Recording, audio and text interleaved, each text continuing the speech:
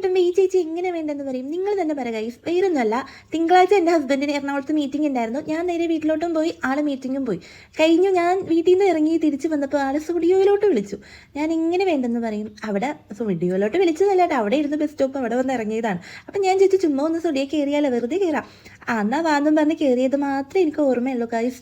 പിന്നെ അല്ലാതെ ചിലരെ കുറച്ച് പർച്ചേസിങ് കാര്യങ്ങളൊക്കെ നടത്താണ്ടിരിക്കില്ലല്ലോ, വെറുതെ വിളിച്ച് കയറ്റിയാലും എൻ്റെ സ്വഭാവം നല്ലതുപോലെ അറിയാവുന്നത് കൊണ്ട് കുറച്ച് സാധനങ്ങളൊക്കെ എടുത്തിട്ടാ. പക്ഷെ ഇനി വേഗം സമയമില്ലായിരുന്നു കേട്ടോ, ഞങ്ങൾക്ക് തൃശ്ശൂർ വരെ എത്തണമായിരുന്നു. ഓടിപ്പറിച്ച് കുറച്ച് സാധനങ്ങളൊക്കെ അങ്ങനെ വാരി വലിച്ചൊക്കെ എടുത്തിട്ടാ. ഇനി അവിടെ നിന്ന് കഴിഞ്ഞാൽ പോക്കറ്റിലെ മണി തീരണ കൊണ്ട് വേഗം വേറെ കിറക്കിറങ്ങത് പറഞ്ഞിട്ടേ ഇരിക്കുന്നുണ്ടാ. പോയിട്ട് കുറേ കാര്യങ്ങളുണ്ടായിരുന്നു. അങ്ങനെ ഞാൻ വേഗം എന്നൊക്കെ കുറച്ചൊക്കെ സാധനം വാരി വെച്ച് നിൽക്കണ സമയം ഒരുപോലെ കൂടിക്കൂടി വന്നപ്പോൾ എൻ്റെ കയ്യിരിക്കുന്ന ഐറ്റത്തിൻ്റെ അളവ് ഒരേപോലെ കൂടുന്നുണ്ടായിരുന്നു കേട്ടോ. വേഗം ഉറങ്ങിക്കോ മതി എന്ന് പറഞ്ഞു 8 മണി എന്തോ ആയിട്ടുണ്ടായിരുന്നു കേട്ടോ. ഞങ്ങൾക്ക് പിന്നെ തൃശ്ശൂർ അങ്ങോട്ട് അറ്റം വരെ എത്താനുണ്ടായിരുന്നു കേട്ടോ. അതുകൊണ്ട് ഒട്ടും സമയമില്ലായിരുന്നു. പിന്നെ എന്ത് സാധനം എടുത്താലും വേണ്ട എന്ന് പറയാറില്ല കേട്ടാ. ആദ്യം വേണ്ടെന്ന് ജസ്റ്റ് പറഞ്ഞാലും ഞാൻ പ്ലീസ് എന്ന് എടുത്തോട്ടെ എന്ന് ചോദിക്കുമ്പോൾ പിന്നെ എന്തെങ്കിലുമൊക്കെ ചെയ്യുന്നൊക്കെ പറയൂ കേട്ടാ. പിന്നെ ഞാൻ കുറച്ചൊക്കെ മുതലാക്കാറുണ്ട്, ഒരുപാട് അങ്ങനെ മുതലാക്കാറില്ല കേട്ടാ. പാവമല്ലേ, നമ്മൾ ഇങ്ങനെ ചെയ്യാൻ പാടില്ലല്ലോ. ഒരാൾ വിളിച്ചെന്നും പറഞ്ഞിട്ട് നമ്മൾ അങ്ങനെ ഇങ്ങോട്ട് വെറുത്താക്കാൻ പാടില്ലല്ലോ. ഇടയ്ക്കൊക്കെ നല്ലപോലെ വെറുത്താക്കാറോട്ടാ. അതൊക്കെ അവിടെ നിൽക്കട്ടെ. അത് കഴിഞ്ഞപ്പോഴാണ് എനിക്ക് വിശപ്പിൻ്റെ വിളി വന്നത്. ഇനി അടുത്ത ഡെസ്റ്റിനേഷനിലോട്ട് പോവാണ് കേട്ടാ. എന്താണെന്നറിയില്ല, എനിക്ക് മാത്രമാണെന്നറിയില്ല. പുറത്തിറങ്ങി കഴിയുമ്പോൾ അപ്പം വിശപ്പ് തുടങ്ങും. വീട്ടിൽ ഇരിക്കുമ്പോൾ ഉണ്ടാവില്ല. ആ ഡോറ് തുറത്ത് പുറത്തോട്ട് ഇറങ്ങി അപ്പം എനിക്ക് വിശക്കാൻ തുടങ്ങും. ഇനി അടുത്ത പ്ലേസിലോട്ട് പോവുകയാണ്. വേറെ ഒന്നുമല്ല, നമ്മുടെ പാതിരക്കോഴിയിലോട്ടാണ് കേട്ടോ. എപ്പോൾ വന്നാലും മിക്ക സമയങ്ങളും ഇവിടെ കീറാറൊക്കെ ഉണ്ട് കേട്ടാ.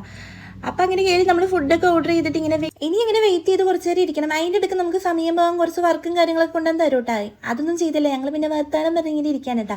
ഇന്ന് പോയ മീറ്റിങ്ങും കാര്യങ്ങളൊക്കെ എങ്ങനെ ഉണ്ടായിരുന്നു ഞാൻ ചോദിക്കായിരുന്നു കേട്ടോ. എന്തൊക്കെ പറഞ്ഞു ഇങ്ങനെയൊക്കെ ഞാൻ ചോദിക്കാറുണ്ട് കേട്ടോ. എല്ലാ ദിവസം ജോബ് കഴിഞ്ഞ് വരുമ്പോഴും ഇന്നെങ്ങനെ ഉണ്ടായിരുന്നെന്നൊക്കെ ഞാൻ ചോദിക്കാറുണ്ട് കേട്ടോ. ചുമ്മായാണ്. അതൊക്കെ നിൽക്കട്ടെ. ഞാനിങ്ങനെ ഓർക്കുമായിരുന്നു, മിക്ക ദിവസം ഇങ്ങനെ മീറ്റിംഗ് ഉണ്ടായിരുന്നെങ്കിൽ എനിക്ക് അത്യാവശ്യം വർത്തായെന്ന്. എല്ലാ മാസം ഇങ്ങനെ ഉണ്ടാവാറുണ്ട്, ഞാനും കൂടി പോവാറൊക്കെ ഉണ്ട് കേട്ടാ. ഞാൻ കുറച്ചൊക്കെ മുതലെടുക്കാറുണ്ട്. ഈ മീറ്റിംഗ് എൻ്റെ ഒരു വലിയ വരമായിട്ടാണ് ഞാൻ കാണുന്നത്. അതൊക്കെ ഇവിടെ നിൽക്കട്ടെ. പിന്നെ നമ്മൾ കുറച്ച് വർത്താനമൊക്കെ പറഞ്ഞ് കുറ്റവും അതും ഇതൊക്കെ പറഞ്ഞ് ഇങ്ങനെ ഇരിക്കുകയാണ്. അപ്പോൾ ലാസ്റ്റ് ഫുഡൊക്കെ വന്നു. ഫുഡൊക്കെ കഴിച്ചു. എപ്പോഴും കഴിക്കണ അത്രയും ടേസ്റ്റ് എനിക്ക് തോന്നിയില്ല കേട്ടോ. ഷവായിയാണ് പറഞ്ഞത്, എപ്പോൾ കഴിക്കണ അത്ര ഒരു ഫുഡിൻ്റെ ടേസ്റ്റ് എനിക്ക് തോന്നാറില്ല. അപ്പോൾ ഇന്ന് കഴിച്ചു, വളരെ കുറച്ചേ കഴിച്ചുള്ളൂ കേട്ടോ. ഈ ഫുഡ് കണ്ടപ്പോൾ തന്നെ വിശപ്പ് അങ്ങോട്ട് കിട്ടും. എന്താണെന്നറിയില്ല, കൊടുക്കണ കാശ് വെറുത്താക്കാണ്ട് അവിടെ നിന്ന് ഇറങ്ങിപ്പോകുന്നു. അപ്പോൾ ഇതാണ് കേട്ടോ പാതിരക്കോഴി.